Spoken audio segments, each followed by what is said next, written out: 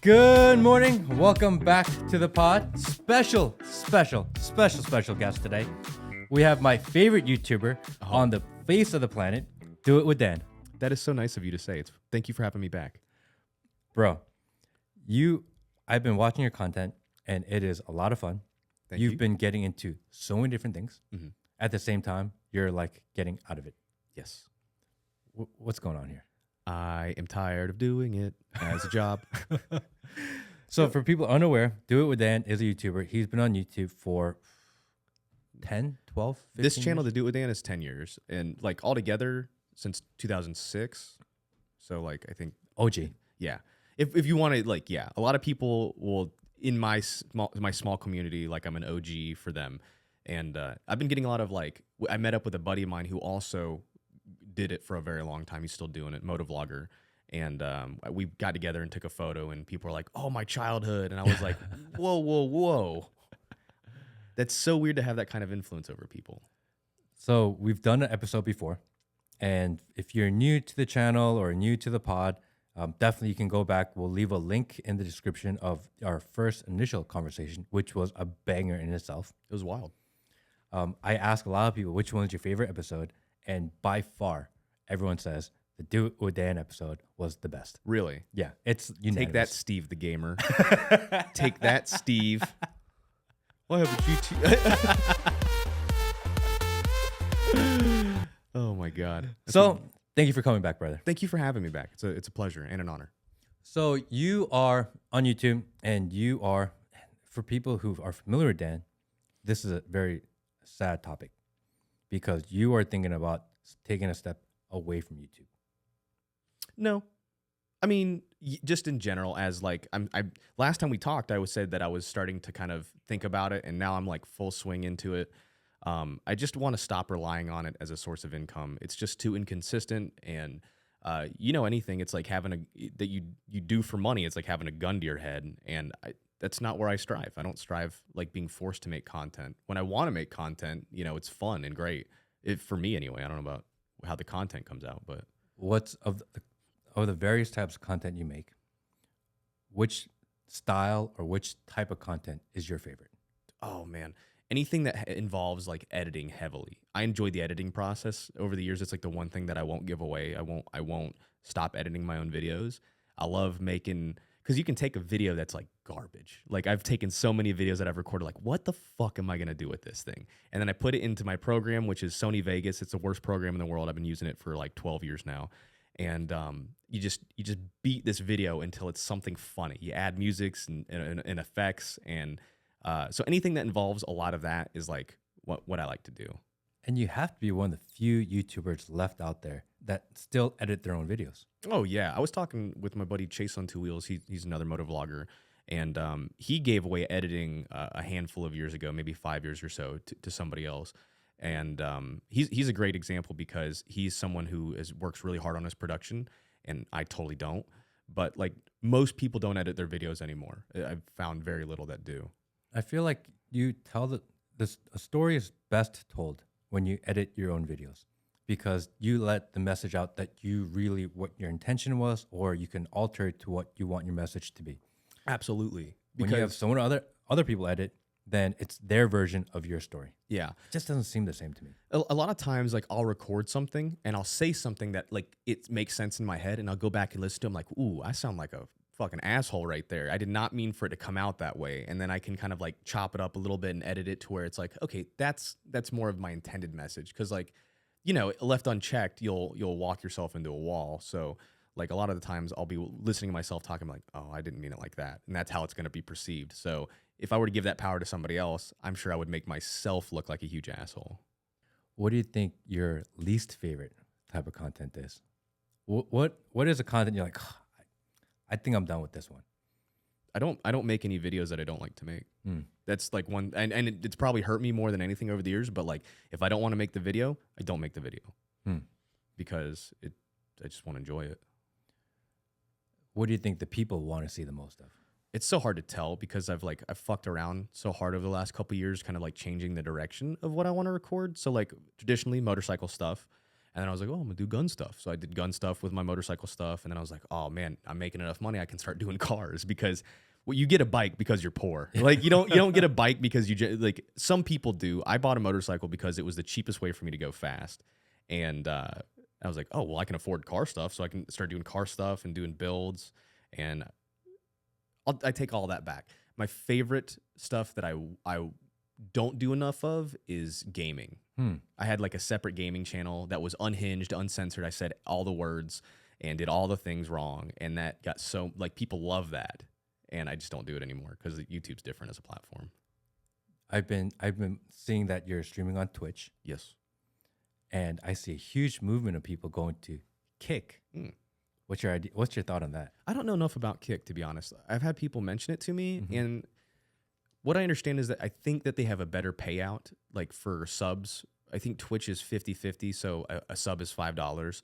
So I get half of that if someone subs. Twitch gets, I think that's the ratio.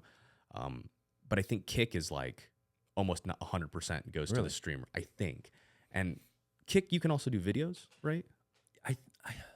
I'm not 100% sure. I just feel like there was this whole movement of people that are saying Twitch was a little too woke.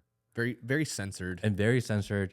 So people were moving over to Kick. But it's like people going from YouTube to Rumble. It's just not as many people there. Rumble's the other one I was thinking of that you can do videos on. Like with Twitch, it is very strict. They have rules in place. Like there's one that you can't show firearms, or you can show a firearm, but you can't brandish it. There's weird, and they're all open for interpretation, which is one of the reasons I don't like Twitch, is that like the rules are kind of, you know, sometimes it's slap on the wrist, sometimes it's shut your account down. So it's kind of like weird, but like to keep people from like trying to kill themselves on stream and stuff like that, like no firearms, like that would stop somebody. Yeah. But you know, I think accidental like firing and stuff like that, I think that's the idea for those kind of rules. But I would assume that Kick is a little bit more chill, a little bit more uncensored. I'm not sure. I went into it once or twice because I heard a lot of the big Twitch streamers are going over there. I went to go check it out, and I mean, well, it's because they're getting paid. That's why they're going. Yeah, you know, and then who's that really big one? He got paid like $10 million plus. He gets to keep all of his subs. It's something absurd. I could be wrong with the 10 million. I think it may be the kid from Atlanta. From Atlanta? Kai? Is he the one that went? Kai. Aiden Ross went over there too. Is he Atlanta? Aiden Ross not Atlanta. I think Kai Sagat is Atlanta. Aiden Ross, and I'm super, like, the streaming world and the YouTube world are completely separate, so I'm really ignorant. There's only a handful of streamers that I follow, like Tim the Tap Man, I like him. But outside of that, I know Aiden Ross because I've seen his clips on Instagram. Yeah. He does mostly talking stuff. Mostly talking stuff. Mostly talking stuff. Yeah, I think he went over there. You know who I can't stand? Who? That I show speed guy. Okay. Is that his name? Yeah. Nothing against him. Like, get your bag, do what makes you money, I guess. But like his content overall is like really hard to watch. Do you know who I'm talking about? I know of him. He's the guy that is always screaming. He's like setting fireworks off in his house. Yeah. He looks like he operates on 4 cylinders. Like he's not firing on all cylinders. You know what I'm saying? That's just how it comes off. I guess that's what works. Then who do you actually like to watch? On YouTube? Yeah. Who are you watching? I like Donut Media. I like them a lot. I like... They're very informational. Very much so. And they do a lot of like cool car stuff. Whistlin' Diesel, I like a lot of his content. He's really grown into like making good... I don't know his early content, but like his now content is absolutely awesome. He's doing what every guy wishes they could afford to do, and people hate that. PewDiePie, I will always be a long-term fan of PewDiePie. I think that... he's always just done what he likes to do. I've never seen PewDiePie. No? Never. Really? I don't know why. I know of him. I don't even know where to watch him. YouTube. He does YouTube stuff. I didn't know that. I mean, I knew that. I don't know. I've never actually seen him. And I think he's more of a streamer. He does more gaming stuff. I think he mostly did streaming a long time ago, but I think now I'm jealous of him. He retired from YouTube. He doesn't make his usual content anymore. He moved to Japan. Him and his wife moved to Japan. He's having a baby. They have dogs and stuff like that. And he's retired from... He still does it, but he's like retired from the traditional YouTube stuff. And I look at that as like, that's what everyone should strive as a YouTuber to do. Yeah. You do it. You make your comeuppance, and then you're done. And then you coast. I love that. What is he making money doing then? How do you make money once you quit? How do you make money once you quit YouTube? He doesn't need to make a single dime. There's no way. That much. early on, like I'm talking like 2014, 2016 area, I can remember reading an article saying that he was making $11 million a year. And that was just off of YouTube ad revenue. That wasn't including ad deals, sponsorships. That was just on views. So I would assume after doing that for like 12, 15 years or however long he's been doing it, there's no way he needs to work another day in his life. For Do It With Dan, how much money is, fuck you, YouTube, I'm done with this. How much money is that? $25 and a hand job. No, I don't know. Like I don't What's think the there's number? any, I don't think you can make me stop. I like it. I like making content. Like even if I was a literal billionaire, oh man, of course I'd still make videos. And Imagine all content the would be dumb, fire. yeah, it would be great. I'd be Mr. Beast 2.0, except instead of giving the money away, I would steal it. I'm just kidding. Like every other billionaire. Yeah, exactly. How else do you think they got it? Giving away islands? No, thank you. So you're slowing down your YouTube, and you are getting into another business, which is amazing. Thank you. I really appreciate that. Tell us a little bit about the business. Are you going to give me a chance to plug? I would love for you to plug. Oh, I I'll think what plug. you're doing is amazing. I think it's so cool. I've always liked making stuff. So I wanted I was like, what can I do that's rewarding to me? And like for the last 10 years, I've been doing with Dan. And like I've just basically made money off of existing. I know that sounds weird, but like when you're on YouTube, that's what you do. Like you're doing stuff and you're making money doing that. And like it's not super rewarding. So I was like, how can I do that but make money off of it and give somebody, how can I give you a product? You know, I want you to take away something that you like. So I was like, I like making stuff. I just want to make stuff. So I started making stuff. And I do metalwork now. I make signs, keychains, license plate frames have been my big one, but now I'm starting to do custom orders where if people want something specific, I can make it. And like the messages, the face-to-face contact that I get, people being like, oh, this is so awesome. I can't believe you did this. And I'm like, I did do that, didn't I? I did make that shit. But it wasn't going to start out as a business. I bought my plasma cutting machine because when I'm doing fabrication stuff, I hate making brackets. Like if I need to make a bracket to hold something in place, I hate cutting it out by hand and drilling the holes by hand. It takes so fucking long. So I bought this big ass table to do it all for me. And I was like, well, if I'm going to spend that kind of money on something, it needs to make me money. So I just turned it into a small business. And in the first year, that has made, like, it blew YouTube out of the water in the first year. Really? Yeah. I mean, obviously, most of my purchases were from my following, but the first year was more eventful than just YouTube alone. So I was like, this is something I can do. How much does a plasma cutting table cost? Mine, it's a 4 foot by 8 foot table, and it comes with its computer, and it also came with a huge air compressor, 80-gallon air compressor. It's pretty big. I think I paid right under $30,000. Oh, look at this! This is 30 grand. Yeah, 30 grand. Holy shit! Yeah, which honestly, I started thinking about this. I wish I hadn't gone with plasma. I Yeah. wish I'd gone with laser. I'm Okay. fucking stupid. If you're hearing me right now and you're thinking, oh, I want to get a plasma cutter, just go ahead and get laser. There's a lot less you have to worry about. I Is just it didn't more?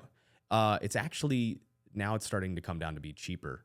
You know, you could also get like the CNC machines that you can manufacture wheels in, like the big 7-axis ones. Those you can get those for cheaper. Really? Mm. Do you think about getting a wheel company too? Oh, no. Maybe. I know my buddy over at Variant Wheels, I talk with the owner a lot. I wonder if I could get him to let me do my own custom wheels. That'd be kind of cool. Because he has the machines to do it. Yeah. I'm sure he has to run it through programs and whatnot. So I love what you're doing. We're gonna get one of his custom pieces and put it into our new podcast studio wall. I'm going to make you something badass, Yeah, brother. I'm gonna definitely. make you something badass. I love some of these, and you make all these by hand. Yeah, I mean, the machine cuts them out, but they're not done and ready to go. I need to update some of these photos. You see these photos right here? These are all actually like first run products. I have not updated the photos. The cuts on these are shitty. Like those holes aren't even real. The Don't Panic font has been changed a little bit. So like some of these are outdated. Like some of the cuts look so bad on these. I can't believe I haven't updated these photos. Tell me about the fire pit. The fire pit, man, I don't like making those because there's hardly any money made on those. They're just strictly there because I think they're cool. But they're just slide together fire pits. You slide them together if you're at like a bar. I wouldn't use them to cook on them. Some people do, but Oh, you can't cook on them? you can. There's nothing that says you can't. I don't have an attachment that allows you to. They're more for like having just a localized fire. You go to the So beach. can we get like a little grill attachment? Yeah, absolutely. I think I'd have to make it out of stainless. I think that's the way to go with that. Otherwise, it gets rusty, right? I don't. You're the expert. I'm a metal guy, You're right? the expert. I'm the guy. I'm asking you, man. Yeah, I think I'd have to make it out of stainless. I don't know. I want to make my own spatulas. I think that'd be cool if I made some like dickhead spatulas. That'd be fucking hilarious. Right now, this one's really popular. The gear hanger. It's just 16 gauge steel, and you hang your helmet and your gear on it. I got another one coming soon. So, but yeah, it's everything I designed all myself. I'm really into it, and I work my ass off on it. I feel good about it at the end of the day. So you were doing YouTube. You kind of got this machine because of YouTube, and you realized that this could be a business, and now you want to lean more into the business. What triggered you to kind of make that change, or what motivated you to kind of make this move? Because getting a business started costs money, takes time. You have your current YouTube business, which generates money and revenue. How are you like, okay, you know what? I'm going to put my time other places. Well, you see, I mean, I think with everything, you see the light at the end of the tunnel sometimes. You know, I've always known that YouTube wasn't a forever gig. I never would have thought it lasted me 10 years of like sustainable, good income. You know, like I've done well over the last couple of years. And I never thought it would have been as eventful as it was, but I always knew that there would have to be like an out, right? You either make it to like PewDiePie, Jake Paul, you know, the big guys status, or you don't. And I just kind of want to hit that. I should have done this a couple of years ago when I was like still peaking, you know, because like, you know, you go up and then you go down, and I'm on my decline. Just because it's like the content is so hard to maintain. It's so hard to continuously have the next greatest thing. We talked about that a little bit last time. I just don't want to compete with it anymore. I'm tired of it. I'd rather just do what I want to do and not worry about what's cool. I feel like your moto vlogs do really well on your channel, and that requires nothing. It's just you on a bike talking shit. I can do a moto vlog from start to like hop on the bike, record it, come home and edit it. I can do that in like 3 hours. Why don't you do that all the time? It basically, for anyone watching, basically Dan's moto vlogs are a podcast while riding a motorcycle. But just That's one essentially person what too. it is. Yeah, it's just one person. I mean, there's no reason you can't do a one-person podcast. No, I guess not. Like a talking head video. Yeah, I mean that's better than a talking head video because at least you get to see scenery and you hear the engine noise, which is really cool. I think it adds like a really engaging background track to it almost. Yeah. I feel like when I watch it, I'm like just hypnotized and zoned in. That's what I feel like. And then you have kind of the change of direction every once in a while, so it keeps your eyes active. I really enjoy it, and I think it's something you could probably do like, I don't know, every other day, weekly. I mean, all you do is get on the bike. Like even riding back and forth from the house to the shop, I could pump one out. But I don't always have something cool to talk about, you know. And a lot of the times, I don't feel like it. Like I just don't feel like talking because it's like, man, I talk so fucking much. Even I get tired of hearing me, you know. Like I love mashed potatoes, but if I had to eat a bowl of mashed potatoes every night, I would fucking hate it. You know what I'm saying? So it's just, I looked, I guess I was, and I also saw like the peak of it, you know, back in, I would say 2016 was like the peak of motovlogging for everybody. And now you look at the main guys who've been around as long as I have, which would be like Jake the Garden Snake, Modernosity, Walterific, Chase on Two Wheels, and a bunch other. I don't want to miss any of my buddies, but those are like the first 5 that come to my mind or 4, and including me. It just stopped. It just stopped working for everybody. Like I think everyone collectively. I'll tell you what I think it was. I think we started out in a generation where a lot of young people weren't old enough to buy motorcycles. We made them look cool. They bought their own motorcycles, and then they started doing the motovlogging stuff because they saw it online. And the next thing you know, you had like a bazillion motovloggers, and everyone was making content and not watching content. You know, the market got super saturated and it got boring. I think that's ultimately what happened. I mean, but the podcast business, I mean, we're on a podcast right now, and the podcast business is essentially blowing up. It's taking over the internet. And, you know, and over the last couple of weeks, and I've talked about it before, but the podcast industry is its own economy. People pay each other to go on each other's podcasts now. Did you know that? So is that how it works? Yes. Do I owe you? No, you don't owe me anything. I don't charge anything. I talk to people I want to talk to, but I think that makes me the outlier. So people, okay. Does Joe Rogan pay people to be on his podcast? No, or do they pay people Joe Rogan? Joe to be on the podcast. That's insane. Yeah. I mean, And of course. I don't know exactly, but I've heard rumors, and I'm not going to say the number because I don't know if it's true or not. But apparently, the number to get on his podcast is very high. Do you have an estimate number? 500 grand is a number I heard through the grapevine. I don't know if it's true. It's not verified. That's an insane amount of money. So when you see these podcasters go on these podcast tours, because you see one guy that you really like, you know, wait a second, he's been on like 10 podcasts this week. that guy's blowing dough. Yeah. Paying here, paying here, paying here, paying here, paying here, paying here. I'm going to take out a loan so I can get on Joe's. Take a third mortgage out. You know, and there were guys here like, oh yeah, you could charge like 25 or 3 grand to be on your podcast. I'm like, no way. So, I mean, because like, I'm assuming. It's a whole economy. Do you monetize it outside of? I you make have a $0. sponsor? Okay, Nothing. so this is purely for the sport. This is purely Yeah. for the love of the game. I mean, I respect that. if you're a sponsor and you want to hit me up, we can talk. But This podcast sponsored by Perfect Plasma Co. go check them out. Yeah. Link in the description. 10% off, or you can get 15% off right now using the coupon code FREEDOM. Awesome. Yeah. But other than that, no. I mean, I think we're one of the few that don't monetize it. We don't have any ads on in any of the content. Okay. I've turned off all ads because what I found is that early episodes where I had the ads turned on, YouTube was placing an ad like every 3 or 4 minutes. Yeah.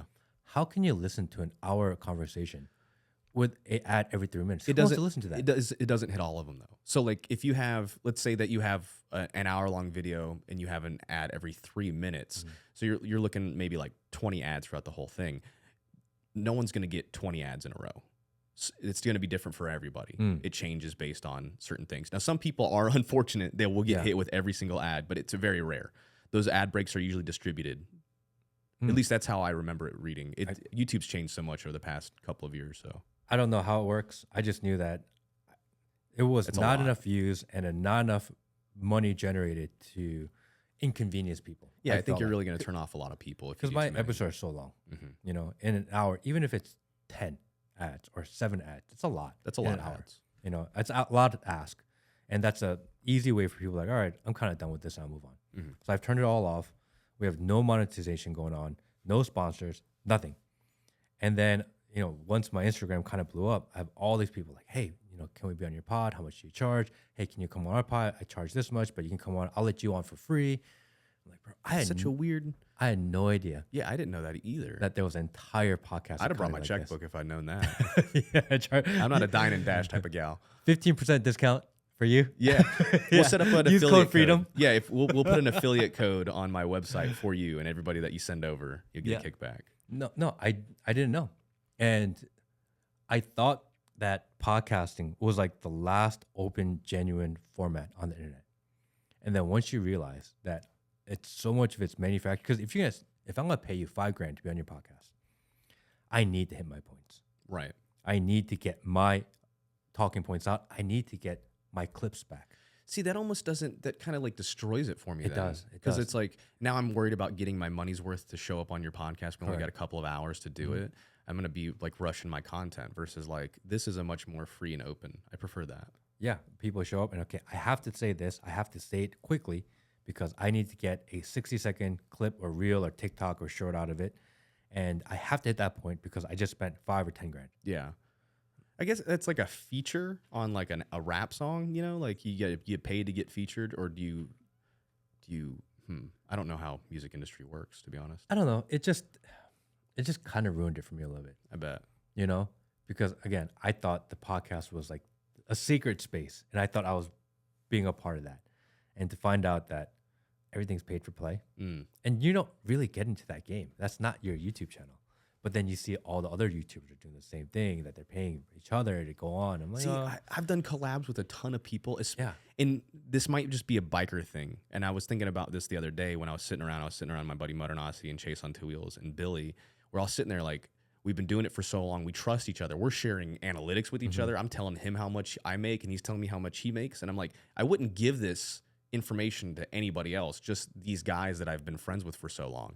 But I can't, like, he has this whole camera car. He could charge people thousands of dollars for minutes of his time.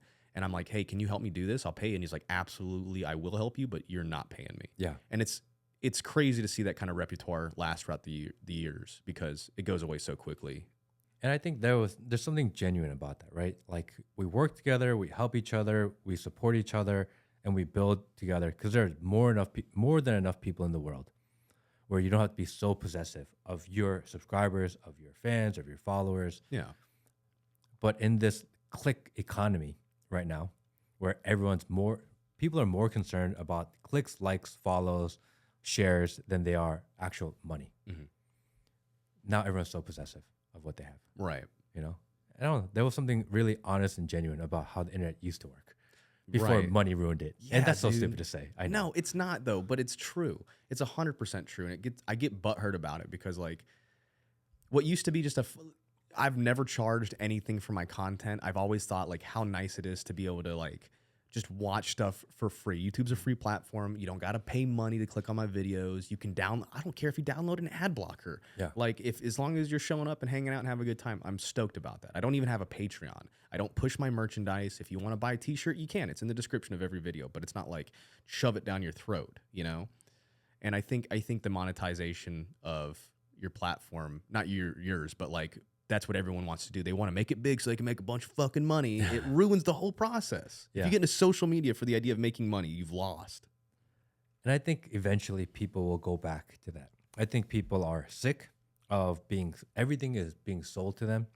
Everything is an advertisement, and everything with an advertisement involved seems disingenuous. Mm-hmm. I think there is a movement towards genuinity. I feel it. I can feel it in the vibe of people. Yeah. That they're just done. You know, they're done with TV. No one even watches TV anymore because it just doesn't seem real. People just want honest connection with people. I think especially for 3 years of COVID where people were just told to stay home and separated, I think people naturally want to get together. And maybe this is how things change, you know? That's why I really like your motovlogs. I feel like you're talking to me when I'm listening. Well, that's what I gear it for. I like now at this point, the people who watch my videos, it's like at this point they've been watching me for so long that I'm like literally talking to you. You know, I'm like we're family, we're friends. I'm gonna talk to you the same way I would my dad because we at this point we've known each other for 10 fucking years. You know what I'm saying? I'm not gonna lie, I do put ads. Like I have advertisements. It's what's kept me able to do the content for free for so long. But now the way I do it is that I don't promote anything that I wouldn't genuinely fuck with. So now like my ads are like flamethrowers and pre-workouts and like I had a gun company reach out to me and they're like, would you do? And I'm like, absolutely, you know? So it's like I only do the stuff that I would naturally. No more Raid Shadow Legends, although I would probably do it again. Yeah, absolutely. Yeah, they pay good. Rage. They pay good. Oh, really? Oh, fuck yeah. Mobile game companies. How much does a mobile game company pay? At one point, they were paying me, I think, not Raid Shadow Legends. I won't say them. And this is when I realized that a lot of these, all mobile game companies, all they have to give you is money. Yeah. So like that's all they have. I did 1 or 2 ads for this. It was kind of like a gotcha game. It was a gambling game. It took me a little bit to figure out that it wasn't cool. But they were paying me like $8,000 a video. What? For 30 seconds of my time. Shut up. And like I'd be in my truck being like, haha, what a good game. And then here's $8,000. And Seriously? I was like, yeah, dude, like it'd pay my rent for 3 months to do 1 ad, you know? And I was like, hey, Jesus. mobile game company, hit me up. Yeah. I love mobile games. Yeah. Now I do. That has the most, and I did a couple of them, and then I started getting comments like, I can't believe you're promoting gambling games. I'm like, gambling games? It's not, you just spin a wheel. Is it gambling? And then I started reading into like how they get you and like gambling addiction. I was essentially playing off of that. So I removed the videos. I was like, I returned some of the money because I didn't hold it. I was like, I don't want to do this anymore. You know, once I felt it was, I don't want to say morally unjust, but I didn't like it. So I was like, no, I'm good. So I don't do mobile game stuff. Okay, then personal knowledge. Do you have an agent? Do you have a manager?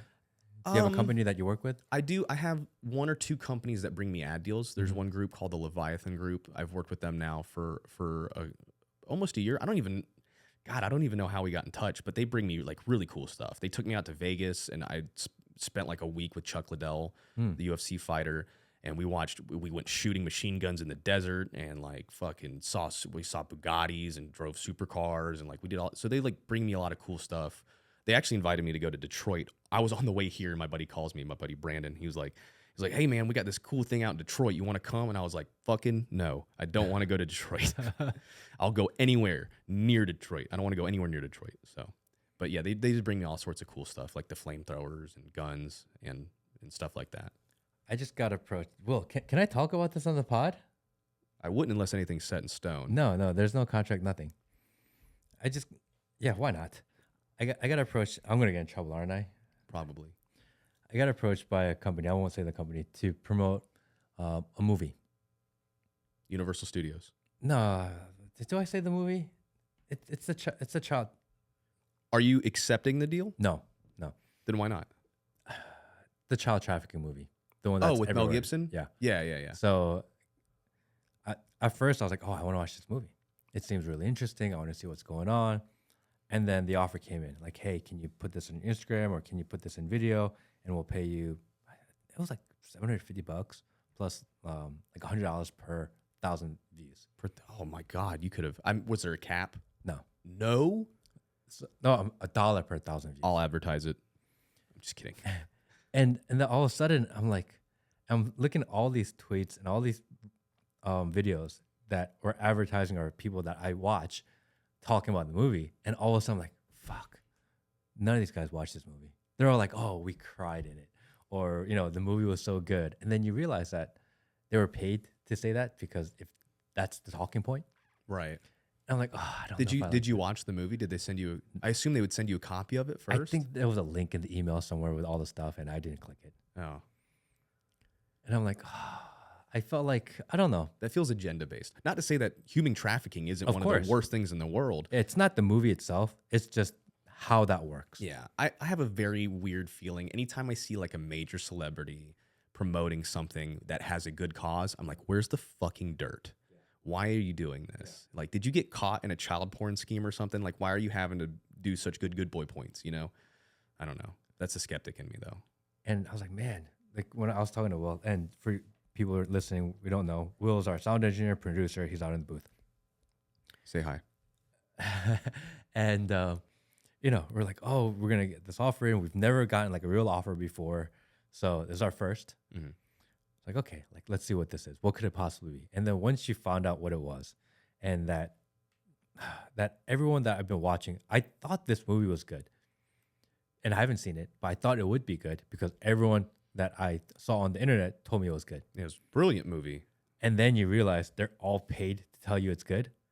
And I don't know, it was like another one of those, oh, fuck, they're lying to me too. Everything works. That's how everything works. If you see anything on YouTube or Instagram, like this is the best thing ever. Like how much are you getting shilled to pay? Like, And I think people are waking up to that. I think that not only there's a government lying to them and the corporations lying to them, but like their influencers are lying to them.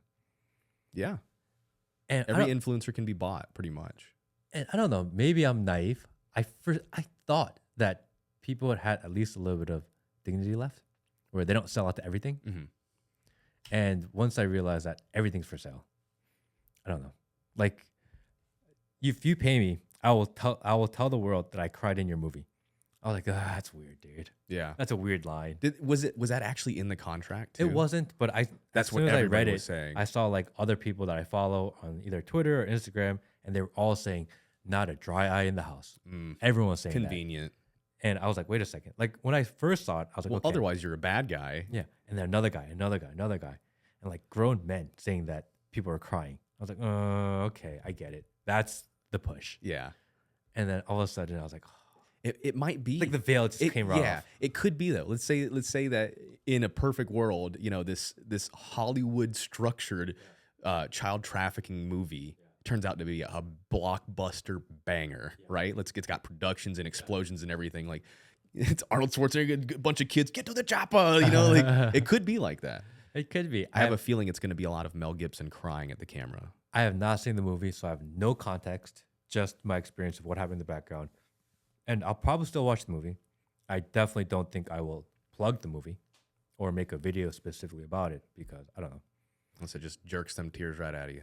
Yeah, and if I do, I will do it because I chose to do it, not because someone paid me to do it. And I don't know. It's like a weird fine line. If we get the next podcast, you're in here like, I was crying the whole time. Not a dry eye in the house. Big stack of money next. dry my tears with the wheels. You're like $100 bills. You're like, oh, it was so sad.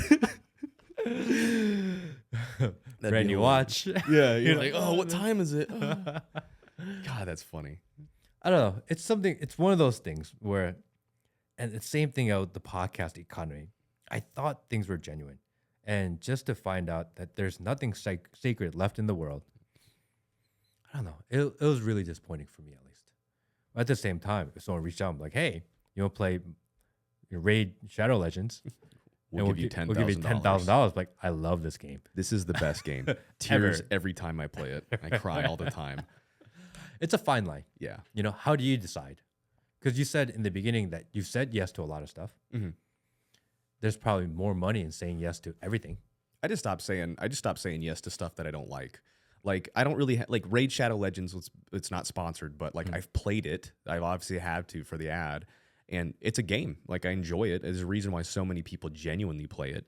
But like, I'm not going to promote gambling gotcha games. I'm not going to promote. I just probably wouldn't promote something that doesn't go against or go with what I do. One of the weirdest ones that I ever did was for a bidet. It was called Dude Wipes, I think, and they have a bidet. And I was like, yeah, whatever, cool, whatever. I installed that bitch. I have not turned it off since. That thing runs. That thing is so awesome. It changed my life. Yeah, bidets are where it's at. I don't even care if you buy that one. You need a bidet if you don't have one. Yeah. You're over here wiping your butt with toilet paper. Gross. Man, that is nice. And now you know too much about me. But well, now we're just a little bit closer today. Yeah. Do you have a bidet? I do not have a bidet. Change your life, dude. If you're going to invest, you should. Well, first of all, you should definitely try one before you invest. It's not for everybody, but like if you're going to do it, just invest the money and get like one of those Japanese toilets. They like sing and dance for you. You walk in the room, it recognizes you. It's like Oni-san, and it like fucking plays music and it lights up and it warms the seat. Like you can tell it like exactly what you want it to do. It'll play music for you. It's hilarious. When I was in middle school, there was a competition where you come up with ideas or inventions, right? Like for a class or whatever. And the invention idea I had was a warm toilet seat. This was years. You were groundbreaking. And my teacher told me that's the worst idea they've ever heard. What? Yeah. Dude, you would be a fucking trillionaire right now. I was like, this sucks going in the middle of the night, going to the bathroom, sitting down, and the toilet seat is cold. I thought this was a great idea. And I made my whole presentation about it. I made like a little prototype about it. I was going to take it to my science fair thing. And my teacher told me that idea was stupid. That is.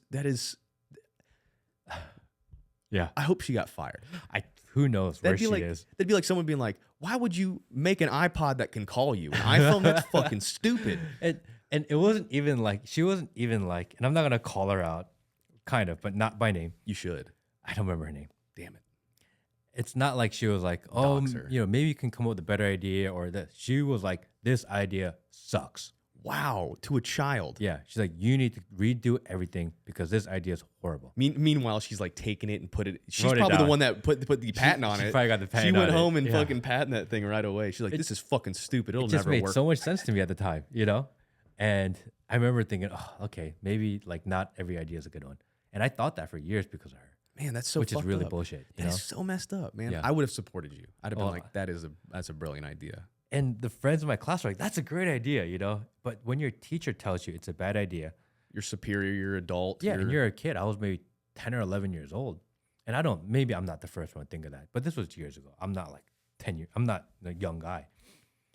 And I remember being crushed thinking I really thought this was a good idea. And I felt all these people around me tell me it was a good idea.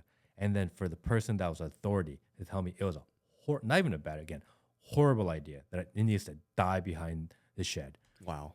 I remember thinking, oh, okay, maybe I shouldn't have ideas. And it's crazy how maybe I shouldn't have ideas. What a terrible thing to come up with at such a young age, man. Yeah.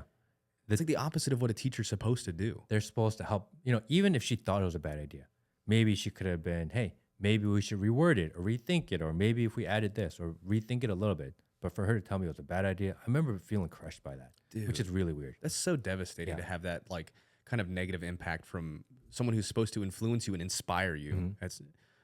That's fucked. And then all of a sudden you get a little trigger shy about giving out your ideas now. Yeah, well, if my teacher thought that was bad, imagine what the rest of the world would think. So that's my sad experience with It's my childhood trauma.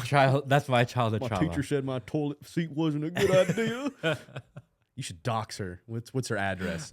I don't remember. Find her. out she's I like don't remember a her. current millionaire because she's rolling in Jillionaire. toilet paper dough. That's fucking hilarious and sad though. It is. You know, the people that you trust when you're young have a huge impact on how you go your life. And maybe because of that, you know, I do what I do now. You never know. So maybe I should be thanking her. Yeah. I'd rather do what I do now, even though there's no sponsors, no ads, no money. But there's open slots. I'd rather do this now than be like the toilet seat guy. Yeah. You know? Yo, it's Matt Kim, the fucking butt warmer boy. Exactly.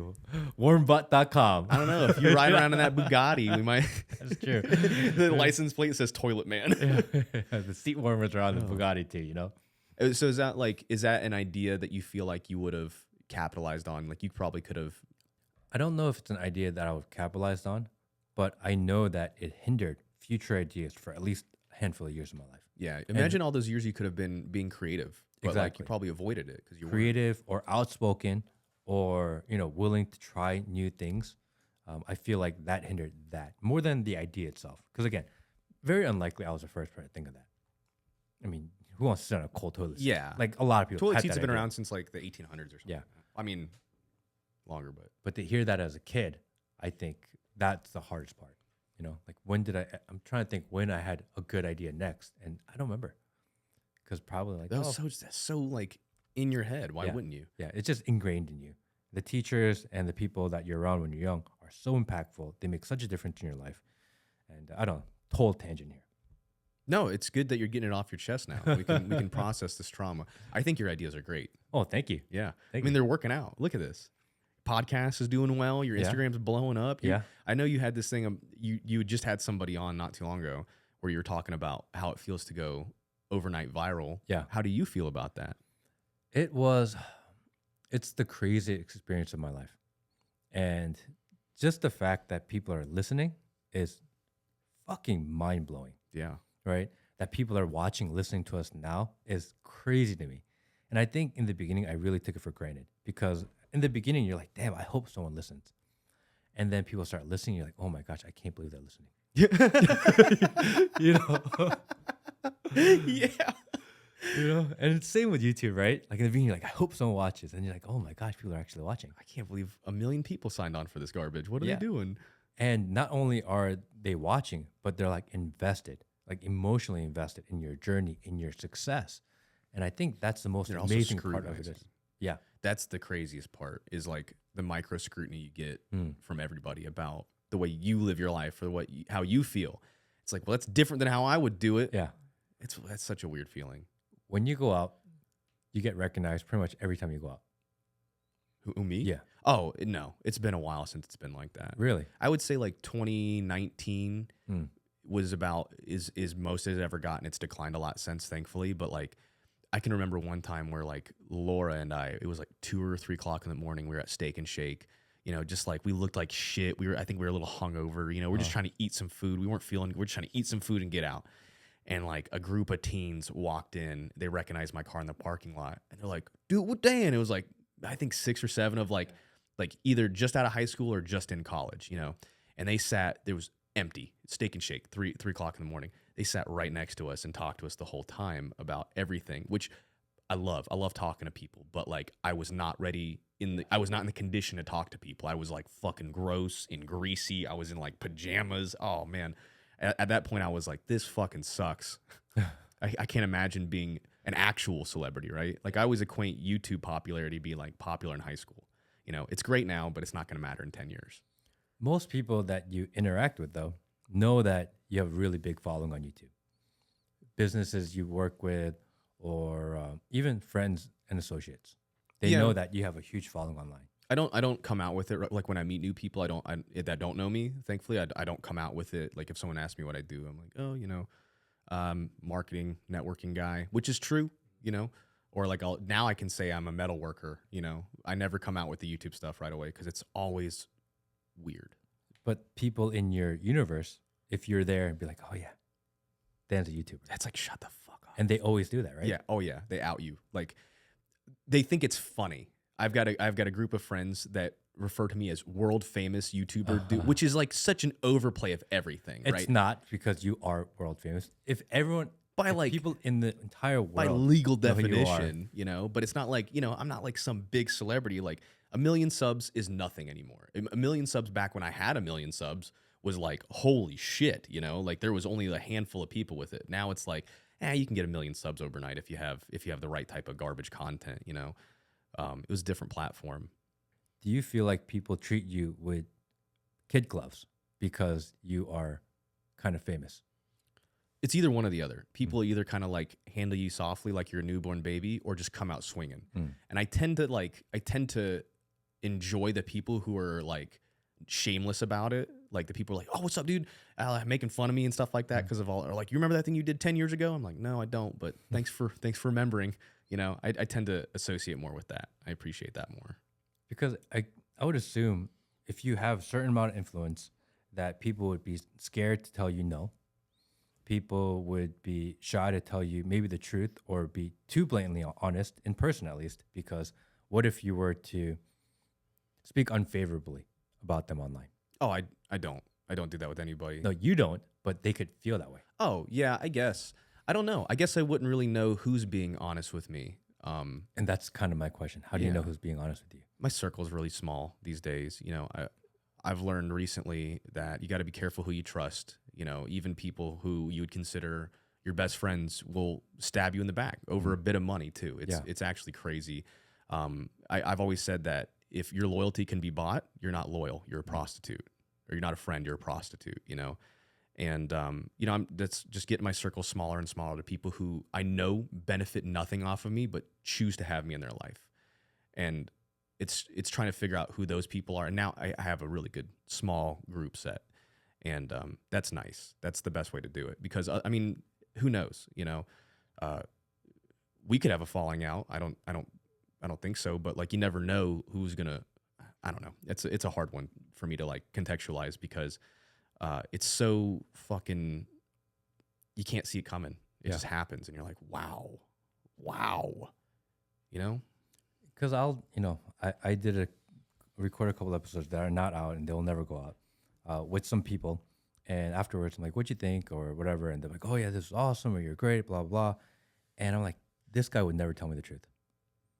Because. Oh, you think so? I mean, not you, but. Not me. Yeah, of course. Because what if I was like, oh, this guy came on to do an episode of the pod and he was a fucking asshole. And, there's like 20,000 people in my stories and, hundreds of thousands of people in Instagram. What if I were to trash him and he came for, the reach? What if it went the other way? So would he ever be honest with me? Yeah. And it's so stupid for me to even have that thought, because I don't want to not trust people. Right. But how do you ever know if anyone's ever being honest with you? And I don't know. I don't know how that line is. I mean, you've kind of dealt with this a little bit more than me because you've been around so long. I'm just looking for your experience, I guess. It's how do you so figure hard. out who's being honest? I think the hardest part is like once you garner a certain amount of attention, especially with like, you're going to see it now because you're blowing up, you're killing it. Super proud of you. But you're going to see a lot of people. It's hard to distinguish the people who want to be your friend and who wants to be in a photo with you. And there's a lot of people who just want the photo, but they want to be your friend because they think it's going to be all what YouTube is, and then they're not ready to be around you when, it's not all YouTube. Oh, you're a regular person too. Like those people drop off left and right. So it's it's fucked up, but it's easier just not to let anybody in. You have your core group now, wife and kid. You know what I'm saying? Like those are the ones you can trust. Yeah. Outside of that, everyone's up for gamble except for you, Will. And I feel almost guilty for feeling so jaded about all of this, right? Of, like, I'm questioning the whole podcast economy. I'm questioning like the advertisement, the sponsors. I'm questioning the people around me. I almost feel like I'm being paranoid, which I don't want to be. No, of course not. I want to be accepting of people and take people as face value. But at the same time, if I'm not a little bit guarded, I feel like I'm going to get screwed. And I don't know. And that's really the weird balance that I'm in. And this is what I'm thinking about a little bit these days. I'd probably have a lot more advice to give you a couple of years ago when my circle was still expanding. I'd probably feel like I had it all together. But it's crazy because I've been doing the same thing for for 10 years now and you think you have it figured out, and then all of a sudden you realize that you don't. You're like, oh, I thought I had a good judge of character. Apparently I don't, you know? So it's kind of like being told your ideas suck. It's kind of like puts you out from expanding. The way I approach things now is I have a very strict rule of the way I handle a separation. If I feel as though that someone has wronged me, you'll never hear me say their name again. It's just how I am. Whether it be a company or an individual, that name will not come out of my mouth ever again. I won't talk shit about you. I won't talk about you. It's like you didn't exist, you know? And I feel like that's the best way to shut down any drama, especially if someone's trying to like bait you. You know, you'll have people who obviously want your attention, whether it be good or bad. And if you just don't engage, they peter out. Because we got a little bit of that in the comment section last time. Trying to bait you. Yeah, we're not. I don't even want to go into that. It's fucking not even worth my time. Understood. Fair. Yeah, no, I'm surprised that you saw that. That's funny. It's so funny. That's the last thing I wanted to bring to your page was that garbage. I was like, oh my God, dude, it's so cringy. No, I mean, people formulate their own opinions without knowing any of the facts. I think all of that makes you more honest, genuine, and I think that's what I appreciate most about you. Is that if anyone's watching, you know, Dan is in person how he is online. Maybe a little more animated online. But you gotta put on the energy. It's turned on just hair, but you are the same guy, and that's what I feel, and which is why we like. And this is something that we said earlier, that you are unapologetically you, and I think I say that as the highest compliment. Thank you. That's what I say to anyone that I really love, because those are the people I really want to be around. I don't care if I agree with you or I don't agree with you. If I trust that you are being you and you are genuine, I want to be around that type of energy. And I think that's why I'm so skeptical, because so many people in this online economy are not as genuine. Oh man, they're trying to fit into so many boxes too. And like you know very well that there's a certain group of, or I shouldn't say group, there's a certain way of thinking that you're supposed to have in order to get popular on the internet. Yep. And if you don't have that, if you don't think the same way these certain people think, you don't make it. You know, it's very hard you go against the grain on a lot of your ideals, which I love. And the fact that it's even getting out there is it's icing on the cake. It's so sweet to see like something against the grain. I feel like what I'm doing, what I've been doing and what has worked, it's not supposed to work. No, I mean, with the climate today, no. Everything online, because you get all these like content creator tips that scroll through your Instagram every once in a while, right? Or your TikTok or whatever. Like, you should do your content like this, and you should post this many times a day, and you should cut it like this, and you should do your captions like this. There's all these rules on how people tell you should do it. And I'm not doing any of that. But it's working still, though. And it's working. Yeah. You know, and they say you need to stay off these topics, and you should talk about these topics. You should talk about how much you like Biden. Yeah. China's great. And I don't do any of that. And for some reason, people are resonating with it. And I think that's the most humbling of all of it, is that I am doing what I think the right thing to do is, not what other people think. And I hope other people can see that genuinity, because that's really how I feel. I think at the end of the day, it's very important for you to feel that way, because if you have to fold, you know, the way you feel and think in order to appease a certain group of people, you're not going to associate with them, and you're certainly not going to want to garner their attention. Like, if I had a bunch of people that I didn't want watching my videos start watching my videos, I'd probably not be stoked about that. You know, sticking to who you are and what you like, it's going to attract the right kind of people eventually, you know, regardless if it takes 6 weeks, 6 months, or 6 years. Can we do a quick shift on topic here? Are you asking me? You're in control. You recently had and I don't know how to put this in a good way. Oh God, what is it? Well, you were diagnosed with MS. Oh yeah, just be open with it. I don't know what the right vernacular to lead into that is. I'm not dying. Like, right? So you're broken. Yeah, you're broken, and MS, multiple sclerosis. I'm not that familiar, but I have seen you talk about it. Can you just briefly at least introduce it so we have a place to start? Yeah, so it's an autoimmune disease, at least so they think. And I'm just going to recite what I know. It's basically your body treats your nervous system in moments as like a foreign enemy. Like your body will start your like white blood cells and in your immune system will start attacking your nerves. So like if you get really sick, you can have a flare up, or if just it's kind of random. Inflammation kind of comes and goes, but you have this protective sheathing around your nerves called myelin. I hope I'm pronouncing that correctly. The myelin sheathing. It's like the protective sheath around like a cable. And if you were to remove that sheathing, you're going to have all sorts of weird issues. Your electricity is going to short and stuff like that. And it works very much the same way in your body, whereas like if you start losing that myelin sheathing, you start losing that protective cover. So it can create like numbness, tiredness. It's like your body is always kind of attacking itself at points. So you get like really tired. And I don't mean like, I had a long day tired. It's like exhausting tired. Like getting out of bed is like trying to build the pyramids, It can also like create brain fog and like, did you catch COVID? I don't think I've ever had it. Okay. If some people who catch COVID get this really bad, like COVID brain fog, like that is a big one. You can lose your vision. You can lose color vision. The way I always describe it to my car guys, it's kind of like waking up every day with your check engine light on. It's like, what's wrong today? I've only had one attack as far as I know. I was in a motorcycle accident and caught COVID in the ER same day. And they think that's what triggered this attack that I had, but I lost the right side of my body for a little bit. Whoa. Yeah, so like my right arm, it was like trying to pick stuff up was like, I couldn't do this. I couldn't pick stuff up if I really wanted to. I couldn't articulate my fingers. It was like, it's almost like I had a stroke. And you kind of have to recover from that because it damages your nerves, your spinal cord, your brain. I've got lesions on my brain. And the best way to get this tested, if anybody out there is thinking they might be experiencing like the neuropathy or the color loss, go get an MRI done of your brain. Insurance will cover it, or you can pay it out of pocket. They're relatively cheap if you pay them out of pocket. And then they saw the lesions and they knew I had MS. So I've been spending like the last year or so, I think just a little over a year, trying to spread awareness and stuff like that. So thank you for giving me a platform to talk about it more.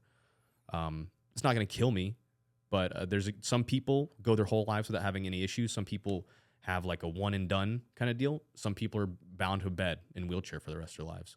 Very extreme cases. I think it's like 20% of people need like walkers and in bed and stuff like that for the rest of their lives. How does it affect your daily life? It's not that bad, to be honest with you. I've been lucky so far. I've only had one major attack. The fatigue is rough. I have like chronic shoulder pain that's involved with my neck and that could not even be just MS related. I've been in so many motorcycle accidents. I've broken my neck, so it could be related to that. But like just muscle and joint pain and fatigue. I have noticed one thing, and it could be not MS related, but I feel like it's increased my anxiety and maybe depression. Not like bad depression, but like there are moments where I'm so beat down from being in pain that I'm like, oh, this fucking sucks. But once I start moving and doing stuff, it kind of goes away. So like sitting down and talking, like I'll notice I'm like, ow, my shoulder hurts, my back hurts. But if I'm like at the shop doing work, or if I'm on a motorcycle, or if I'm driving a car, I usually don't notice it. Well, is there a treatment? Is there a cure? Is it anything go away? There's no cure. There is preventative care. Like I'm on a medication that suppresses my immune system, so like lowers my white blood cell count, and it prevents my body from flaring up if I do as bad. Do I recommend it? I mean, it comes with all sorts of increased risk for like cancers and stuff like that. So it's like you kind of pick and choose. But I've been taking it now for like a year, and it's not bad. MS is one of those weird things where it's like such a kind of like a rare disease. I think like 1 in a million people have it, or really? Only about 1 million people have it in America. I'm sorry, I got that statistic wrong. But it's a relatively rare disease, and there's not a lot known about it. So right now it's kind of preventative care, but I haven't worked directly with the MS Society, but I counterly work with them through other venues, and they swear that they're this close to a cure. And in 10 years, like 10 years ago, if you'd been diagnosed with MS 10 years ago, it's fucked. You were in trouble. But like being diagnosed today, there's a lot of preventative cares, physical therapies, and stuff like that. No cure just yet, but we're on the way. What do you think? Like some days you're tired, and you know that it's because of the MS. I hope it is anyway. what do you think kind of pushes you? Because you work in a shop Mhm. and you work in a metal shop, and that's very physically taxing. Some days maybe you don't want to do it. Oh, most days I don't. What pushes you to get off your ass and just do it? I like doing it. Hmm. Like for me personally, getting out of bed is the hardest part of my day, and that Every day. every day it's just getting out of bed and getting moving. Because you know what it's like when you work for yourself. You don't have anybody putting a gun to your head to get out of bed at 8:30 in the morning. You know, so it's like for me to find both the physical energy and mental motivation to do it. It's always like the hardest part of my day. But once I do, I'm an hour later, I'm good to go. You know, whether it's a little, I take some vitamins, like I take vitamin D. That's a good one for MS. I've been taking a lot of mushrooms, not psilocybin, but lion's mane's good for nerve and brain function. And I feel like that's been helping me a lot too. So just get moving. That's like the best thing for you is to keep moving. Because if you don't use it, you lose it. It's 100% the truth. Does Laura have to kick you out of bed sometimes? Nah, she's really supportive. She knows. I mean, like she knows when I'm just being poor pity me, and when I need the rest. She's been so helpful in that regards. She uses it as she makes fun of me. She'd be like, "Oh, my MS," you know, because it's like, you know, it's like having a. I have something to make fun of, you know. Yeah. Being a straight white male, you know, there's not a whole lot of targeted jokes that I've had over the years. But now I'm disabled, so Yeah. so she's found something to pick at, you know. Yeah. Which is fun. But she motivates the shit out of me. She helps me. She keeps me going, and she also helps when I'm not having a good day. Like if I'm having the worst is like the neck pain, the back pain, and she'll just be like, "What do you need?" And she'll help. She's awesome. What is the worst day? Just tired, like a lot of the symptoms. That I would say the worst part is going to be for me is the mental thought of it. Cause like I'm a worry wart. Like oh, I've got an ache in my face, cancer. You know, I'm like one of those guys. So like I'm always worried about like, oh, shoulder pain. Is that lung cancer? What is that? You know, I would say just the like just letting go and being acceptant of the fact that I am in fact disabled, which sounds so cringe. Yeah, that's such a difficult thing to say. Yeah, it's like because most days, 100% most days I feel fine. I have plenty of energy, but like there'll be like a week. So it's usually only a day or so every now and again. Like I'll have like 2 or 3 days a month where I'm just like, meh. And most of those can be attributed to my poor diet choices and my poor sleep schedule, you know. But there are some days where I've eaten the right things, I've gotten the right amount of sleep, and I still feel like I've got nothing. And you just got to take it. You just got to deal with it, you know. How much does that have to attribute to kind of slowing down YouTube? I mean, You honestly, think they're related, or I mean, are they related or are they not? well, you know, I don't have a 401k with YouTube. So like building something long term is smart. You know, I probably physically won't. There's a good chance that when I'm older, I physically will not be able to do the things that I do. It's just part of it. So doing something that I can sustain now and maybe hand the keys over to somebody else to maintain it long term, yeah, probably. There's probably something there. It's hard to make that kind of going back to where we started is that you make pretty good living on YouTube. I do. See, like this is where it gets weird because like I've had both like really really good years, and now I'm more of like I would consider myself just slightly above the average American income. You know what I'm saying? Like if you look at the numbers and it's just like slightly above, you know, like I'm not pulling in $500,000 a year or anything like that. But you were. I never came close to that either. But like there was some good years, Yeah. you know, definitely some high 6-figure years. But And out in very northern part of Georgia, northeastern part of Georgia, where I'm at, northwestern. Yeah. I'm in Powder Springs. Okay. Yeah, I'm in Cobb County. Oh, really? Yeah, it's a nice area. Oh, that's a nice area. Living large. Never mind. It's very chill out there, and it's like the housing is I don't want to say cheap, but it's very affordable, and it's in an area that's I don't want to say patrolled heavy, but they have like there's a police officer that comes through my neighborhood and makes sure that no riffraff's going on. I live in a nice neighborhood. It's not gated or anything like that, but So you're they're motor vlogs. Sometimes when you're in motor vlogs, you touch on very sensitive topics also, kind of like we do on this podcast. But there are times where I'm like, ooh, Dan's like on that line. Yeah. Yeah, Yeah. right. And I think last time you were here, you talked about how there's things that you wanted to say, but you really can't because you know that they're gonna get taken down. Mhm. And it's not worth it for maybe the strike. Yeah. I've never had a strike. Really, I've worked really hard. I've never had a strike. that's crazy. I've never had a 'Cause you're- copyright strike. Sometimes you're out there. Yeah, which is really weird. Even with the gun stuff, I'm Yeah. surprised. Yeah, especially with the gun stuff. I can't believe. Recently, actually, I talked about this today on my Instagram, is that there was a court ruling actually yesterday where the federal judge said that the Biden administration and federal agencies cannot talk to the social media companies anymore. Really? Yeah. Basically, they found all the evidence saying that the FBI, the administration, the HHS, CDC, basically every single federal agency, they were telling the social media companies who to block, what topics and content to remove. That sounds like censorship of information. That sounds like it violates the First Amendment. They were specifically talking about certain people's account, like Tucker Carlson. They were like, this guy's got to get off the internet.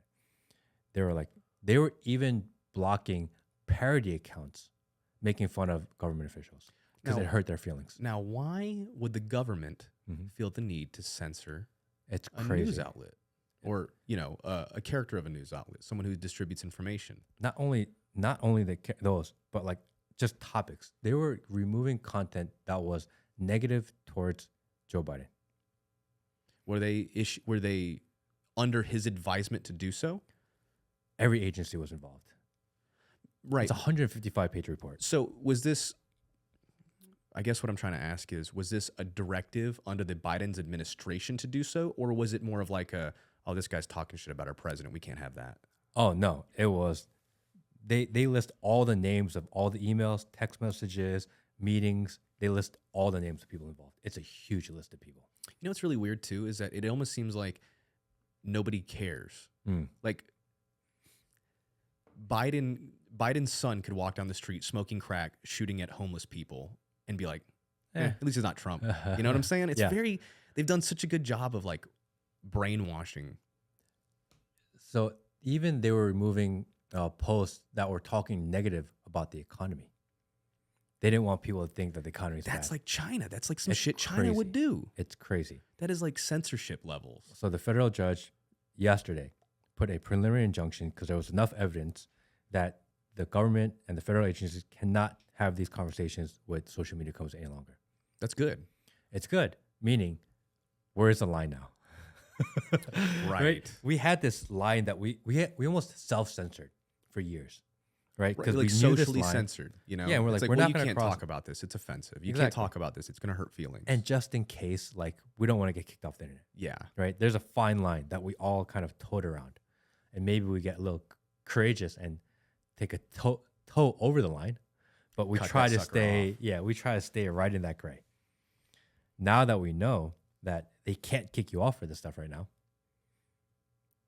do you think you'd be willing to go more extreme? Oh, now that it's not my source of income predominantly, absolutely. I've got sponsorships to fill in those gaps. And that's kind of like why I made that rant video talking about, like, I probably a year ago would never have touched on any of those topics because, like, at the same time, it's not even about not appealing to sponsorships. I just don't want to hurt my friends' feelings because I have a very diverse group of friends. I've got trans friends, I've got gay friends, and I've got everywhere in between. And while I still hold my opinions on those things, I don't want to hurt their feelings. But I think a part of me has gotten to the point where I recognize that even like their groups have recognized some of the terrible and toxic behaviors that is slowing their groups down, their progression down. So that's why I feel comfortable talking about that. It's like it's no longer about hurting feelings as much as it is like coming to a consensus, you know? But yeah, and now that I'm not doing it as like my job, I absolutely would get more fucky with it. Then what does the future of Do It With Dan hold? Probably nothing much different than what I'm doing now. Just probably a little bit less. A little bit less. Yeah. But like I told you, I could be a billionaire. I'd still want to make content. There's nothing better than that immediate social gratification from posting a YouTube video and people are like, whoa, I like this. First. Yeah, first. First. I love the first guy. The first guy is always the best guy. The best is when you get a handful of them. Yeah. Like you post and you have like a handful of people. I'm not there yet. You'll get there. I'm sure it happens on your Instagram right now. There has to be a ton of people. Yeah. Because you're blowing up right now. tens of millions of views on Instagram. It's crazy. It's mind blowing. And Do you feel like, not to flip it around on you, do you feel like as a society, you're like one of the few people that get to make it outside of that? Do you think that maybe you're going to be a big voice for this group of people that have a specific series of beliefs? You know, like only a handful of people make it out to where they can have a platform. in the beginning, I was just posting like what I thought. So I have a thought, and I'm like, okay, I want to put this on the internet, and that took me a while to like really put it out there, because it's really vulnerable, right? To put your own personal thought on the internet, Yeah. because people are like, oh, you're an asshole, you're an idiot, shut the fuck up. Like it can happen immediately, and then Yeah. you get crushed again. You're like, oh, your toilet bowl idea sucks, right? Yeah. Fucking crushed. Yeah, that's a good Right? analogy. And then I did it once, and the amount of response I got, and the amount of people that messaged me, and not just like, hey, good job, but like really thoughtful content. I think it was the first weekend where it went crazy. And I spent something like 8 hours that weekend responding to DMs. Holy shit. So you respond to them? I sat there and responded. Anyone that left me a thoughtful message, I wanted to give them a thoughtful message back. Wow. I sat there for 8 hours, and I got there about 20% in 8 hours, Holy shit. to give you a gauge of the letters that people are writing. And I don't know, it just felt like they gave me, it's not like one word. Like if they gave me a thumbs up, I give them a thumbs up back. Yeah. Right. But if You it match was, energy. exactly. But if it's like, hey, this is my story and this, I try to really read it, take a second, think about it, and give the best response that I think I could. I feel like I owed it back to them. Yeah, they put in the effort too. They put in the effort, and not only do they put in the effort, they're giving me like, my clips aren't short. It's not like 30, 15 seconds. Some of them are minute and a half, 2 minutes. So they're investing time. They're investing real time to listen to me. And not only they're listening to me, but they're sharing with their friends, sharing with their family. And the least I could do is just give a thoughtful response back. Mm-hmm. And in the beginning, I was just putting my own personal thoughts out there. But as it kind of grew and it got bigger, and I got these just overwhelming messages from all over the world, all of a sudden now I feel like I have the social responsibility to be more careful with my words, not get banned, but at the same time give the message I want to give. And it's a really weird, tricky feeling. Yeah, that's hard. It's hard to manage that. And I get people, hey, there's a story, like, can you talk about this one? Or hey, here's a story, from all over the world. And I'm like, how do I know that the guy sending me this message, this is not a CIA psyop trying to get me to bite on something? Dude, It's such a weird place to be, because we're talking like that's like between like 2 to like 1 million views. So if I'm a rogue government agency, how do I know that I'm not gonna like infiltrate this guy's Instagram and convince him to talk about my topic, which is like actually not true? And then now I'm the that's gonna discredit him. Yeah, and I'm the disseminator of misinformation, and maybe I didn't do it intentionally. Well, There has to be stuff like that. I mean, I genuinely believe there has to be, excluding the thing you talked about earlier, where the governments can't talk to the social media platform people. I think there has to be a group of people that's their whole job is to spread misinformation or to de-escalate, or maybe even reaffirm. I can't tell you how many people, like, at least it's not Trump comments that I'm like, is this a real person? Like, is this genuinely a real person that's saying this, or is it a bot? Because a lot of it seems like bots. Yeah. You know, I think you're right on that. So I'm trying my best to be as conscious. I'm really, and if anyone follows my Instagram, it's whatever I actually thought about that day. There is no like 3-day lead up to it. There is no, okay, I want to like, hey, what's trending? Let me talk about that. I watch some news, or I'll watch some clips, and I'm like, that one interested me a little bit. Let me learn more. And then that day is when I'll find out more information, and I'll give my genuine opinion on the matter. Do you feel as though that you have a bias? Do you express a bias in your content, you think? I think everyone has a bias. I think for sure. I think I don't pretend to be completely objective. This is from my perspective, my point of view, based on my life experience. And I don't think I'd ever tell anyone that I'm trying to be objective. I'm not. I see it how I see it. And if your life experience is different than mine, you could easily see the same situation differently. Yeah, I think that's very respectful, because there's a lot of people out there who have a similar concept of what you do, that definitely they imply they don't have a bias, but they express it. Like, I don't want to use Philip DeFranco. I like his content. He is certainly more leftward leaning, and he does claim to not have a bias, but you can kind of see it bleed through at times. But he claims that he doesn't. You know, I think that's important. It's dignifying. Like, yeah, of course I have my own opinions on this. Yeah, I think I'm a relatively conservative person, conservative valued person, and I think I see everything through that lens. I don't think I'm shy about that. You know, I'm unapologetic who I am, right? And I think really the point of the post and things I put out there is I don't want you to believe what I believe. I just want to raise enough questions where you go, also. Yeah, you're not trying to get a whole bunch of people to think like what you think. No. You're just trying to get enough people to go, wait a minute. Yeah. Maybe I don't trust the government. Think for yourself, you know, and if you believe me, awesome. If you don't believe me, tell me why. And I think that's also a big part of why they do so well, because some nights I'll sit there and I'll spend 2 hours in the comment section trolling the trolls. Yeah. And fighting with them. Oh, that's my new hobby. You know, I love that. Yeah. I think it's so, and I can't do it every day. And I have to be very careful because anything can be used against you. But I will get in there and get with the trolls, and I'll go back and forth with them. And sometimes there was one guy and one girl, they were just going at it in the comment section. And the guy was so mad, he said something about her children. He clicked on her profile and said something about children. That's a low blow. So I jumped in between. I said, look, my comment section, you can debate, you can fight, you can call each other whatever you want. You can troll me all you want. You're not allowed to talk about other people's kids in here. Yeah, that's fucked up. And immediately he's like, you're right.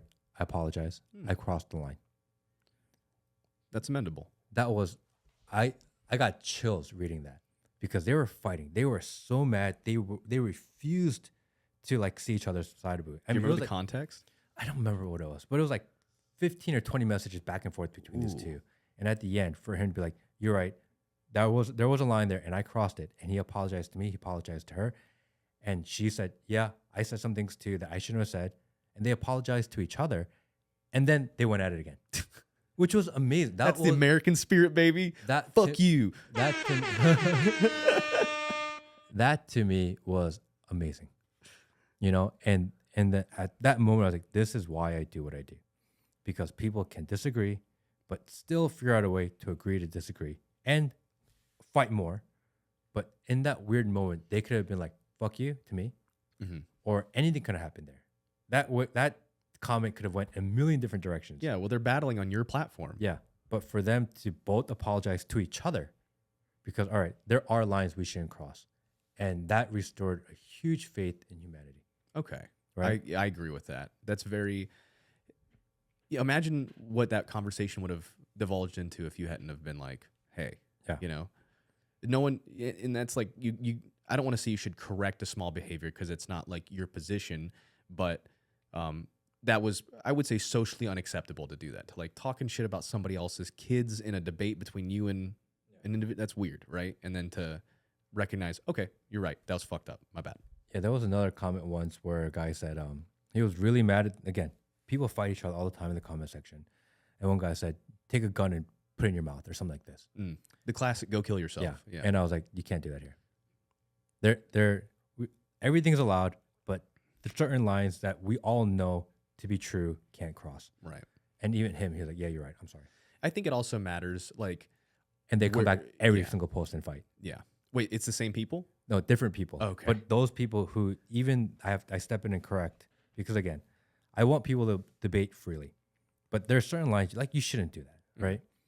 That they come back every day any afterwards. Progress. You know? It's awesome. Yeah, you're not making any progress by attacking somebody personally, unless it's like this whole new movement of like body positivity. Bring back bullying. You know, but there's certain lines. Do you think people just like to fight? Because like I see a lot of people fighting over like the most trivial shit. It almost seems like they're on the same side, but they can't see it. You know what I'm saying? I think the fighting part is fun. But do you think that they enjoy it? I mean, you're enjoying it because you're like, dance for me, monkeys. You know, like you watch these two people go at it in your comment section. You're like, haha. I mean, have you ever gotten a fight with Laura? Oh yeah, yeah. Like not physically, I would never hurt her. Not that I could. She does jujitsu, but maybe during the moment you're just heated and you get emotional. But when you're done, it feels like you've done something. Well, yeah, I guess so. I guess that is, you've grown. Like if you have a disagreement, I don't even want to say fight. If you have like an argument or a disagreement on something, and you guys get to the point of the bottom of it, the root of it. Well, Yeah. even if you don't settle it, if you get like a little point, or you feel like I kind of got her at that one moment, you get that little bit of endorphin. Okay. Right? Like you get a little bit of It's a little endorphin out of battles. being right. Yeah. A little bit. Yeah. Okay. And if I can really convince them, or I can really give them a comment where they, they can't say something back to, like, and I feel like I win, then maybe you feel like you've had a little success in life. Okay. So I think people argue for the sake of sport. I enjoy the sport of shit talk. Yeah, Laura would like that. She likes that. Yeah, I think there are people in the comments that really enjoy just the sport of doing it. They don't care what the position is. They'll take one position, you have the opposite position, we're matching our energy that we're both going to take other sides, and we're in someone else's comment section. Let's go.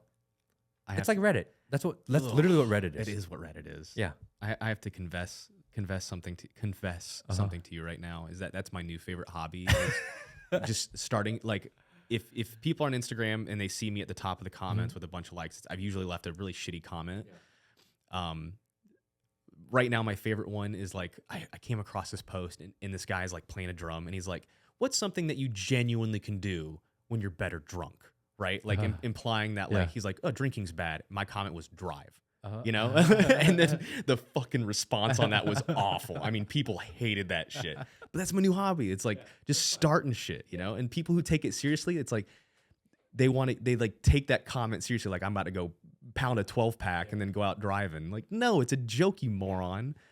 But I know it triggers people. It makes them so mad because they can't even grasp the concept of a joke. And I think that feeling of being triggered is part of the endorphin release. Yeah, you do. That you feel just a little bit alive. Like when you're sitting there and you're seething. Like, oh, if this person was here right now, I would fucking. And then you send and you're like, fuck, spell check, damn it. And then you're like, oh, you can't, dude. If you're arguing with someone online, you cannot misspell something because that's the end of your argument. Yeah. They want you could type out a paragraph with sources and all cited work. You misspell this to than. Yeah. Oh, dude. Or you spell your and you are like interchangeably, and people are like your, and you're like, oh, there goes your whole. It doesn't matter. You could have proved the string theory. It doesn't matter. You misspelled your. Yeah. But I think there's something just about people are so bored with their lives. A lot of people don't really get out. A lot of people spend so much time in front of their phones, and for that little bit of internet excitement, that I got into a flame war with someone. Oh, I like getting likes. I think that's what it is. Yeah. And if someone jumps on your side, you feel the social validation. Yeah. I think it's an interesting thing. It's an interesting dynamic. Well, because like throughout your daily life, if we're going to break it down like a primal instinct, like what are you supposed to do as a human, without the social media and technology? Like you're hardwired to, okay, I got to kill my predators. I got to eat. I got to hunt and gather, right? And if you don't get that through your 9-to-5 job, which most 99% of people won't, you might get like a snarky email, but like that doesn't satisfy you. I'm going to go start some shit on Instagram. I'm going to go post something on TikTok, So I guess I understand that. I think it's healthy. Social value. Yeah. I think it's a good thing. I think sometimes, even in the comments, sometimes someone will say something that I completely disagree with, but it'll make me go, I can kind of see that. Yeah. And the more I read it, and, we'll always tell you got to stay out of the comment section, right? Because it's so toxic. You know? It's awful. But every once in a while, I'll read something and I'll be like, I didn't consider that. And I appreciate those moments because I feel like that moment, I just grew a little bit more. You gain a little bit of extra perspective on the world. And then all of a sudden, I see the other side a little bit more clearly. So I think that's why I really enjoy the comments. I enjoy the fighting with the trolls and trolling the trolls. I enjoy that. It's a lot of fun. But every once in a while, you really get hit with some knowledge by somebody. Genuine alternative perspective. Yeah, that just has an amazing perspective and just makes me pause. And I feel like because the point of my posts are to make other people pause. If someone makes me pause, I'm like, this is amazing. Because now I feel like I'm getting something back. Yeah, well, it's like you're learning. Like, I think one of the most important things for me when I think of like, let's talk about political points. Like, I can understand the sides of both. Like, I'm very pro-gun. I understand the concept of not wanting guns. I absolutely understand that, And like I want to see the term pro-choice. Like, I'm pro-choice, like woman's body, not my decision kind of deal. I understand both sides of the argument. Absolutely. I can understand why people would be like, killing children is wrong. Yeah, absolutely. At the same time, it's not really my choice, you know? I shouldn't be the one to dictate that. So like that perspective based is my opinions anyway. But there's not really a whole lot that I can't understand both sides of the coin on. That's what I tried really hard, is to be decisive and be like, okay, I understand that argument. I disagree with it.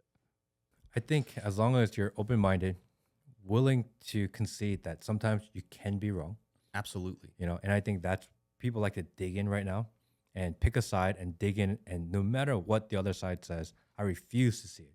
Mhm. If you're just willing to be open-minded, leave yourself just a little room for error. That every once in a while, it's possibly wrong. You're not perfect. I'm not perfect. You're not perfect. No one's perfect. It's okay to be wrong. Yeah. You know? Everyone gets one, Yeah. you know? And I think once you get over that ego and the pride of that, I can be wrong. Mm-hmm. I think people learn more. Absolutely. You get out of your own way. That's all it is. That's all I'm trying to do. By having these conversations, talking to people like you, trying to bring in different perspectives, ask questions about things that may interest you or may not. But you get a chance to look through my thought process and how I see the world, which is the questions I ask are what I'm thinking. Right. Yeah, I think you're right. It's important to be wrong. I'm very facts oriented. You know, if you can present, like, even if I'm hardcore about something, you can provide me with facts that I'm wrong, I'll flip my script like immediately. I'm a whatever is the ultimate truth kind of guy. And I think that's important. That's an important value to me. I try not to let my emotions or my feelings dictate what in actuality things are. And I think that's important too. But I've been wrong. I've been wrong a lot. Yeah, why not? Sometimes. Yeah. Sometimes. Fuck it. Why not? Fine, I'm wrong. Yeah. It's like, cool. If people want to find you online, we will leave all the descriptions below. Okay. The Twitch is where you're streaming a lot these days? I do. I like a couple times a week, and I'm unhinged on Twitch because I don't care. Like, Twitch will take me down for nothing if they want to, but like, I say the most ridiculous shit. I don't give a fuck on Twitch. Like YouTube, I edit myself, I censor myself. Even this will probably be edited a little bit, but no, not even a little bit. Oh no. Oh, okay. We don't edit anything. Okay, even better. We just roll. Yeah, just roll. Yeah. But with Twitch, like, I don't edit myself at all. It's like all raw. You can't. You're live, and I don't really filter my opinions. Final words for your fans. Your fans are probably the ones that stuck around till now. The ones that watch me maybe they're still here too. I bet they do, man. But they're definitely here for you. I mean, my followers definitely know what good content is. And this is some good content, brother. Final words for them. Buy a gas mask, get a gun. That's always, and some plates. One of the things, like, not to just completely go off the rails, but like one of my favorite comments right now, as far as like with the gun debate, I know you're trying to wrap things up, but I see a lot of people who are like, if the government wanted to come and take your guns, you couldn't stop them. The government has. I'm like, that's so fucking wrong. We had the biggest, strongest military in the world. Look at Vietnam. Mm-hmm. We lost that shit. Mm-hmm. Look at the Cold War. We almost lost that shit, and that was just a pissing contest. And then you even look at like Operation Desert Storm. People in literal dirt huts and holes in the ground defeated the U.S. government with like 80-year-old rifles and like Mosin Nagants and stuff like that. Moist nuggets. I mean, like, with the minimalist of stuff, like against Obama's drone strikes, George Bush's strikes, like, people in mud holes have fought the U.S. government. You don't think that we could do it? I know that's kind of like a weird tangent to go on. That's why, but I'm always like, if the government comes for you, we absolutely can stand a chance. I think the idea that people really believe that the government would come for you to take your guns, I think that thought alone is problematic. Mm-hmm. What kind of society do you live in that you really believe your government's going to come take your gun from you? I mean, Stalin took the guns. Hitler took the guns. They all took the guns. But here it's supposed to be different. Australia took the guns. How little faith do you have in our society that you think, and I made a thing about guns before once, and like, oh, you can't stop the USA if they show up with drones at your door. I'm like, you really think US is going to drone strike your own neighbor? One U.S. drone strike on American soil, over, and that will be it. There will be heads will roll. You don't understand. I don't think people understand how capable 300 million armed Americans are. I'm not saying that 300 million Americans have guns, but there are more registered firearms in America than there are people. And for Good luck. people to think that that's even a possibility is crazy. I mean, I don't know if you've Never kept up happened. with any of the war footage in the Ukraine. They're literally using like DJI drones, dropping grenades on soldiers with like precision accuracy. You don't think a couple of Bubbas in South Georgia could figure that shit out? Dude, or what about Redneck engineering? You remember the Killdozer? Yeah. You remember that one bulldozer that leveled the whole city? You know what I'm talking about? Uh-huh. Yeah, I think we just passed up the Killdozer Day not too long ago. Rest in peace. A man who's tired of his government failing him. And I'm not saying I'm not trying to create an insurrection. I never would. But we absolutely, as the people, stand a chance if someone tries to take them. And I think the rules and processes are in place to do it in a legal manner. And the guns are in favor of the people. The military is in favor of the people. Mm-hmm. Even when I put out kind of anti-establishment type content, the amount of former military that follow the page is crazy. Yeah, there's no way you could convince. You'd have to get some real incel, like no family type guys to fire on their own people. Yeah, it's just not going to happen. And I think that the American people outnumber those guys 100 to 1.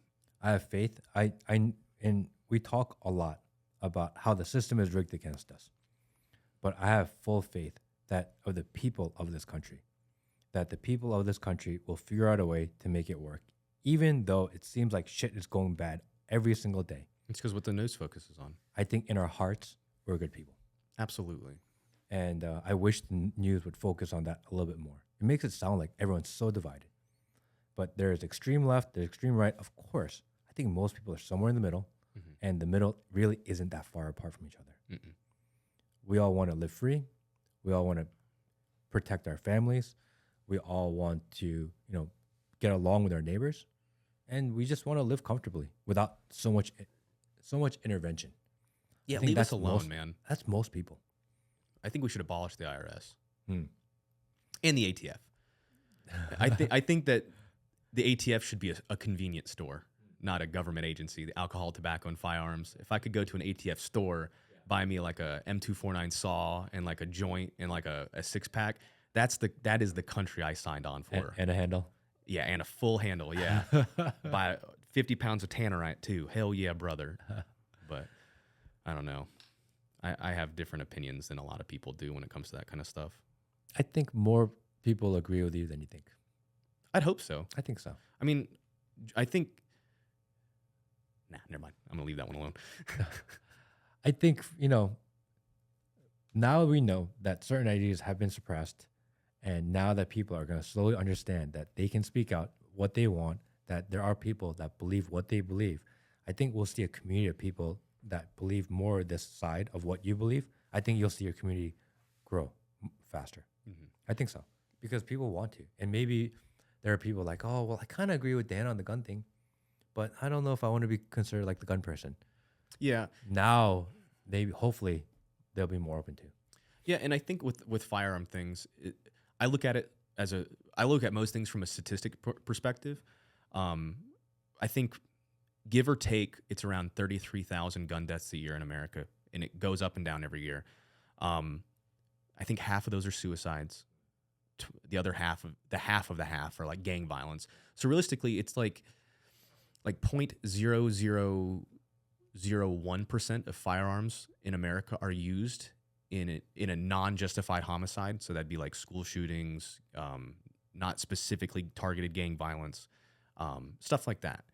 And if you had a car manufacturer where 99.998% of all of their vehicles never had any issues, you would be the best automotive production company in the world. People would be like, this is the best statistic we've ever seen. So it always seems like such a weird thing. It's almost like someone is handing these mentally ill teens guns after putting them on a bunch of prescription, mind-altering depressant, or I shouldn't say depressant, suppressants. Because if you look at all the, I'm getting too. Take away their guns and give you more drugs. Yeah, we're definitely a pill-fed society. Yeah. Yeah. Maybe another time. Maybe another time. Thank you, everybody. Thank you, Dan, for coming on the pod. Thank you See for you having next me time. as well. Thank you, everybody. Appreciate you. I have to pee. Good. Yeah.